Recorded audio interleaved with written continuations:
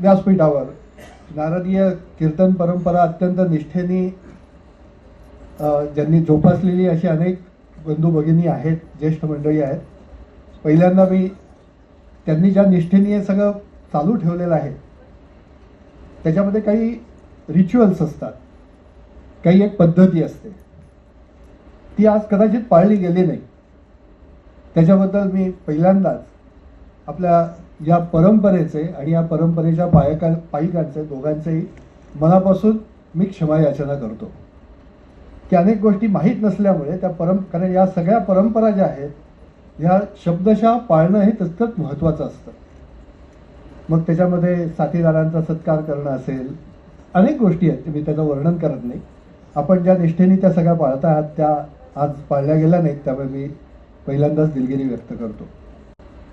या घटनांनी आपल्या देशातल्या या वयोगटातल्या सर्व मंडळींना मी म्हटलं तसं मुळापासून हादरून टाकलेलं आहे. त्याच्या राजकीय परिणामांच्या विषयी मी बोलत नाही आहे. गेल्या काही दिवसात जी आंदोलनं झाली त्या आंदोलनामध्ये जे सहभागी झालेले होते यांच्या घरच्या लोकांशी ज्या वेळेला बोलणं झालं त्यावेळेला हे आंदोलनामध्ये उतरलेले तरुण आणि त्यांच्या घरातली मंडळी याच्यामध्ये असलेली जी गॅप आहे, जी दरी आहे, ही फार स्पष्टपणे आपल्या सगळ्यांच्या समोर उत्पन्न झाली. की त्या आंदोलनामध्ये सहभागी झालेला, पुण्यात झालेला असेल नाहीतर दिल्लीत झालेला असेल, जो तरुण किंवा तरुणी आहे ती एका पातळीवर विचार करते आणि मी सगळे वेगळ्या पातळीवर विचार करतो. या दोघांच्या मध्ये कुठेही ताळमेळ नाही आहे. या वस्तुस्थितीला आपण सगळेजण सामोरे जातो. या पिढीशी कसं बोलायचं, कुठल्या भाषेत बोलायचं, हा आज सगळ्या विचारधारांच्या समोर, सगळ्या संस्कृतींच्या समोर आणि सगळ्या ध्येयवादाच्या समोरचा मोठा प्रश्न आहे. पिढीतला बदल, जनरेशन शिफ्ट होणं ही गोष्ट नवीन नाही आहे. मी याच शहरामध्ये राहिलो. मी ज्या वेळेला या वयामध्ये होतो त्यावेळेला यज्ञोपवीत धारण करायचं की नाही, चित्रावती घालायची की नाही, संध्या करायची की नाही, याच्यावर आमच्या आधीच्या पिढीचे आमचेही संघर्ष व्हायचे. आणि याच्यामध्ये दोन्हीकडनं आपापले मित्र मांडली जायची. आमच्या आधीची पिढी, आमचे वडील म्हणायची की ही पोरं सत्यानाश करणार आहे आणि आम्ही सांगायचो की तुम्ही करताय त्याच्यामध्ये काही अर्थ नाही आहे.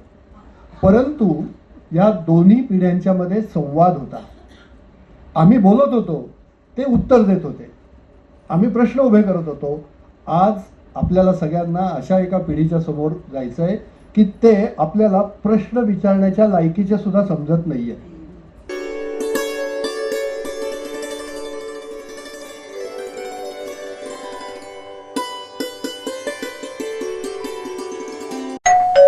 अहो उठा ना, ऑफिसला नाही का जायचं?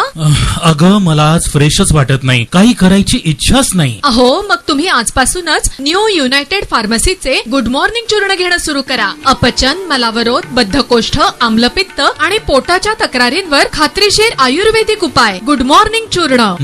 35 वर्षांपासून सगळ्यांच्या पसंतीचे गुड मॉर्निंग चूर्ण औषधांच्या प्रत्येक दुकानात मिळते. निश्चित प्रकारे पेरणीच्या बाबतीमध्ये जर सांगायचं झालं तर राज्यात आपल्याला आज अखेर सरासरीच्या साधारणतः 84% जास्त पेरणी ही आपल्या राज्यामध्ये झालेली आहे. पेरणीमध्ये अमरावती विभागामध्ये आघाडी आहे, 92% पेरणी आहे आणि सर्वात कमी पेरणी ही ठाणे विभागात झालेली आहे. आणि निश्चित प्रकारे आपल्याला माहिती आहे की ह्यावर्षी मकेचं प्रमाण, मक्याची पेरणी ही सर्वात जास्त मका आणि सूर्यफुलाची झालेली आहे. आणि त्यामध्ये निश्चित प्रकारे सूर्यफूलच्या बियाण्याच्या बाबतीमध्ये काय तक्रारी पण काय उगवण्याच्या बाबतीमध्ये राज्यामध्ये होत्या. त्या बाबतीमध्ये बऱ्याचशा कंपन्या बाबतीमध्ये तक्रारी प्राप्त झाल्यानंतर अनेक साधारणतः 85 कंपन्यावरती आपण FIR दाखल केलेल्या आहेत. आणि ज्या शेतकऱ्यांचं बियाणं ताबडतोब तिथं बदलून द्या आणि त्या शेतकऱ्यांना निश्चित प्रकारे मदत करण्याचा निर्णय हा शासनाने निश्चित प्रकारे घेतलेला आहे. सोयाबीनच्या बाबतीमध्ये आपल्याला सांगायचं झालं तर साधारणतः आज अखेर साधारणतः 45 लाख 10,000 हेक्टर एवढी पेरणी ही आपल्या राज्यामध्ये झालेली आहे. आणि एकूण तक्रारीचं जर पाहिल्यास साधारणतः तक्रारीमध्ये एकूण साधारणतः 24,000 हेक्टर एवढ्यावरती सोयाबीन बियाण्याच्या तक्रारी प्राप्त झालेल्या आहेत. त्या बाबतीमध्ये आमचे सगळेच कृषी अधिकारी खालचा आमचा सगळा कृषी स्टाफ हा फील्डवर आम्ही सर्वांनी कालच सर्क्युलर काढलेला आहे आणि शेतकऱ्यांना जिथे मदत करता येईल, जिथे शेतकऱ्याला सहकार्य करता येईल तो करण्याचा प्रयत्न आम्ही निश्चित प्रकारे घेतलेला आहे. खताच्या बाबतीमध्ये सुद्धा आज अखेर आपल्याला माहिती आहे की खत हे राज्यामध्ये खताचा साठा हा आपल्याला जे आपली मागणी आहे त्याप्रमाणे उपलब्ध आहे. आज अखेर जर शिल्लक पाहिला तर युरियाचा साठा आपल्याकडं शिल्लक आहे. DAP, MOP संयुक्त खते हे सांगायचं तात्पर्य की खताच्या बाबतीमध्ये शेतकऱ्यांनी कुठेही घाबरण्याचं कारण नाही. आज आपल्याला पुरेशा प्रमाणामध्ये खताचा साठा पण आपल्याकडे व्यवस्थित आहे. त्यामुळे निश्चित प्रकारे यावर्षी तो अजूनही आपण पावसाची अपेक्षा काही ठिकाणी करतोय आणि पाऊस जास्त कमी प्रमाणामध्ये काही ठिकाणी झालेला आहे, परंतु निश्चित प्रकारे सर्वदूर पाऊस होईल असा आपल्याला आपला अंदाज आहे. आणि आपल्याला माहिती आहे की कृषी विभागाच्या वतीनं निश्चित प्रकारे शेतकऱ्यांना जेवढं काही सहकार्य किंवा जी काही मदत जे मार्गदर्शन करणं गरजेचं आहे ते करण्याचा प्रयत्न आमचा कृषी विभाग हा निश्चित प्रकारे करतोय. आणि खरं तर आपल्या सगळ्यांना माहिती आहे की आपल्याला ज्या पुण्यश्लोक अहिल्यादेवी होळकरांच्या नावाने जी कर्जमाफी योजना आपण सगळ्या शासनाने आपल्याला जाहीर केली होती आणि साधारणतः आज तुम्हाला माहिती आहे की 16,96,000 खात्यांना आपण त्याची यादी ही आपल्याकडं लागलेली आहे आणि त्यांना आपण विशिष्ट क्रमांक पण आपण दिलेला आहे.